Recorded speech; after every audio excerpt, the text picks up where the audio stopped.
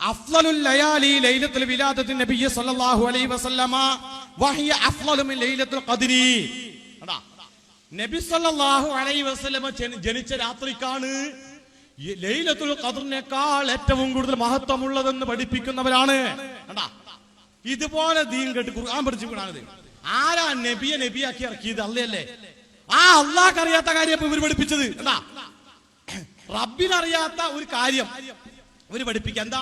അള്ളാഹ് പറയാണ്, ലൈലത്തുൽ ഖദ്റൊന്നുമല്ല, 1000 മാസത്തിനൊക്കെ മഹത്വമല്ലേ ലൈലത്തുൽ ഖദ്ർ, അതൊന്നുമല്ല. പിന്നെ നബി ജനിച്ച രാത്രിക്കാണ് മഹത്വം കൂടുതൽ. ഖുർആൻ എതിരല്ലേ? അല്ലേ? ഇവര് അഹ്ലു സുന്നത്തി ജമാഅത്ത് എന്ന് പറഞ്ഞ് ഖുർആൻ എതിരെ എഴുതിണ്ടാക്കുക. അപ്പൊ അങ്ങനെയായില്ലേ എന്റെ സഹോദരന്മാർ? ഇത് സത്യം എന്താ? എന്താ ഈ ഖുർആൻ പറഞ്ഞത്? വമാ അർസൽനാക ഇല്ലാ റഹ്മത്തൽ ലിൽ ആലമീൻ. ഇതാണല്ലോ ആയത്ത്. റഹ്മത്തിനെ പറ്റി പ്രതിപാദിക്കുന്ന ആയത്ത്. നബിയെ റഹ്മത്താക്കി ഇറക്കിന്ന്. ഇവിടെ എന്താ പറഞ്ഞത്? ആയത്ത് മനസ്സിലാക്കിയോ? ഉസ്താദുമാർക്ക് അറിയാം. പിന്നെ ചില ഉസ്താദുമാരെന്ന് പറഞ്ഞാൽ എന്താണെന്നറിയോ? ചിലവർക്ക് അതൊന്നും അറിയൂല. ഒരാൾ ഓതും മറ്റൊരു കേൾക്കുന്നല്ലാതെ ഒന്നും അറിയൂല. വമാ അർസൽനാക ഇല്ലാ റഹ്മത്തൽ ആലമീൻ എന്ന് പറഞ്ഞാൽ എന്താ? നബിനെ ജനിപ്പിച്ചു എന്നാ? അതെ, നബിനെ റസൂലാക്കി എന്നല്ലേ സഹോദരന്മാരെ പറഞ്ഞത്? നബിനെ ജനിപ്പിച്ചതാണ് മഹത്വമെങ്കിൽ വമാ ഔലദനാക്കാന്ന് പറയണ്ടേ? വേണം. അള്ളാഹ്ക്ക് അറിയില്ലേ നബി ജനിച്ചതല്ല മഹത്വം? ഖുർആൻ അള്ളാഹ്ക്ക് എന്താ ഗ്രാമർ അറിയില്ല? അങ്ങനെയാണെങ്കിൽ വമാ അർസൽനാക, നബിയെ നിങ്ങളെ ഞാൻ റസൂലാക്കിയിട്ടാണ് ലോകത്തിന്റെ മുമ്പിൽ അയച്ചത് എന്നാ ഖുർആൻ പഠിപ്പിച്ച. റസൂലാക്കിയതാ മഹത്വം, ജനിച്ചതല്ല. നബി ജനിച്ചതാണ് മഹത്വമെങ്കിൽ ആമിന ബീവിക്കല്ലേ മഹത്വം കൂടുണ്ട്? അല്ലേ? അതെ, നബിനെ പ്രസവിച്ചവർക്കാ മഹത്വം അല്ലേ? അപ്പൊ അങ്ങനെ പോകുമ്പോൾ ഇത് ജാഹിലിയത്തിലേക്കാ ഇസ്ലാം വീണ്ടും പോകുന്നത്. അപ്പൊ പിന്നെ എല്ലാവരും മൗലിദ് ഓതണം, എല്ലാവരും ജന്മദിനം ആഘോഷിക്കണം. കാരണം എന്താ? അപ്പൊ ഖുർആൻ പരിചയപ്പെടുത്തുന്ന വമാ അർസൽനാക ഇല്ലാ റഹ്മത്തൽ ലിൽ ആലമീൻ എന്ന് ഖുർആൻ പഠിപ്പിച്ചത് റിസാലത്തിന്റെ പൂവത്തും കൊണ്ടാ ജനങ്ങൾ അനുഗ്രഹിച്ചത്, ജനിപ്പിച്ചിട്ടല്ല. ജനനമല്ല ഖൈറ്. ആ മുഹമ്മദ് റസൂലുള്ളാഹിനെ നമുക്ക് നബിയായി തന്നു, പ്രബോധനം കൊടുത്തു. പ്രവാചകൻ വരുന്നതിന് മുമ്പ് വ്യക്തമായ വഴികേടിലായ ആ സമുദായത്തിലെ കാട്ടറബികളായ ജനങ്ങളെ സത്യത്തിന്റെ പന്താവിലേക്ക് കൊണ്ടുവന്ന മുഹമ്മദ് റസൂലുള്ളാഹി. അതാ അനുഗ്രഹം, ജനിച്ചതല്ല. അപ്പൊ കേട്ടോ, 10 കിതാബ് പള്ളി ദർസ് വേണമെങ്കിൽ 10 കിതാബ് പറയണേ. അത് അതിലും വലിയ രസാ.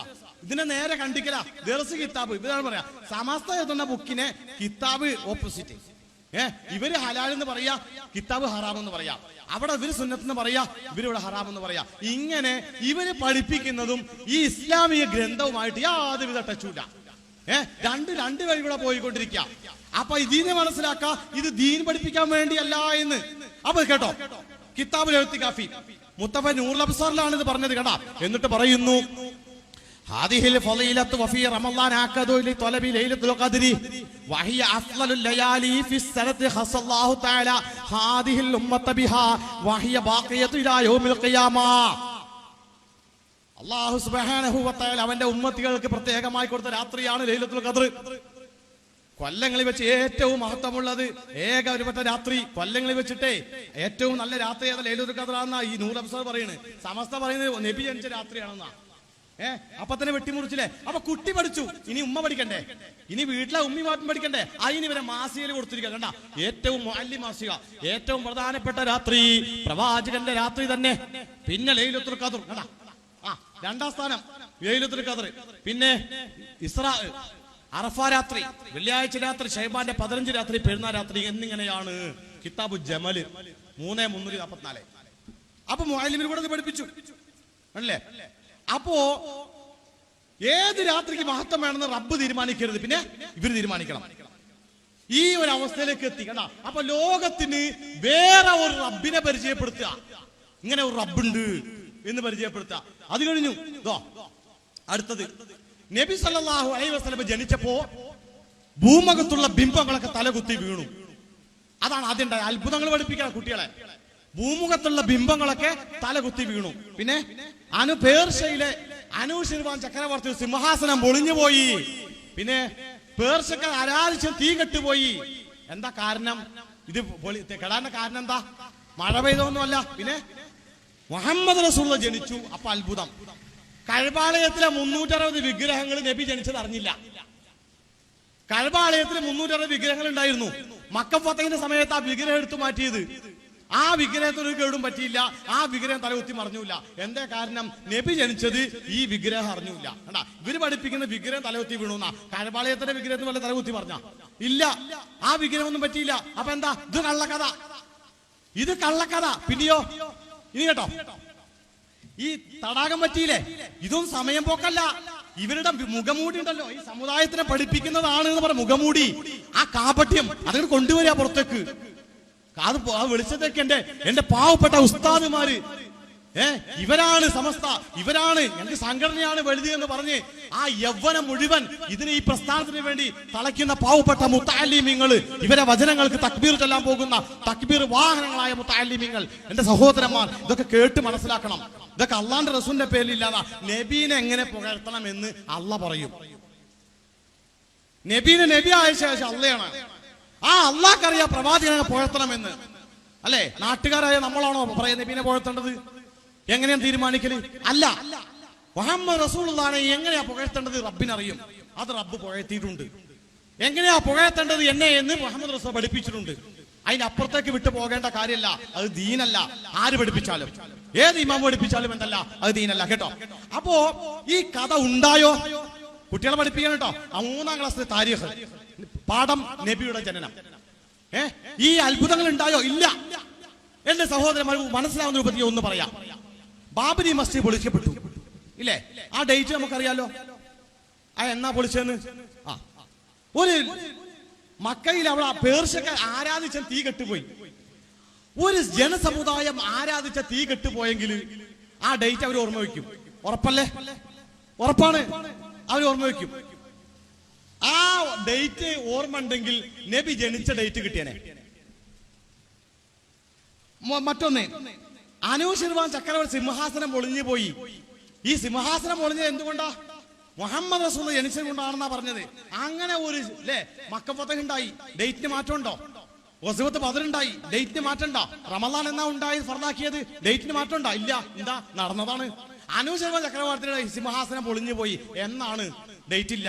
ഡേറ്റ് ഉണ്ടെങ്കിൽ നബി ജനിച്ച ആ രാത്രിക്ക്, ആ നബി ദിനത്തിന് മഹത്വം, ആ ഡേറ്റ് അറിയാമായിരുന്നു. ഇന്നിപ്പോ എന്താ സ്ഥിതി? നബി എന്നാ ജനിച്ചതെന്ന് പണ്ഡിതന്മാര് തന്നെ എതിർപ്പാ. റബീഉൽ 8-ന് ജനിച്ചോ, 18-ന് ജനിച്ചോ, 12-ന് ജനിച്ചോ എന്ന അഭിപ്രായ വ്യത്യാസത്തിലാ. എന്താ കാരണം? ഈ ഒരു ചടങ്ങ് മുമ്പുണ്ടായിട്ടില്ല. അനൂശിർവാൻ ചക്രവർത്തിയുടെ സിംഹാസനം പൊളിഞ്ഞു പോയി, ആരാ ദിവസം നശിച്ചു പോയെങ്കിലേ ആ വിഭാഗം ആ ഡേറ്റ് എഴുതി വെക്കും അല്ലേ? ആ ഡേറ്റ് കിട്ടിയാൽ മതി.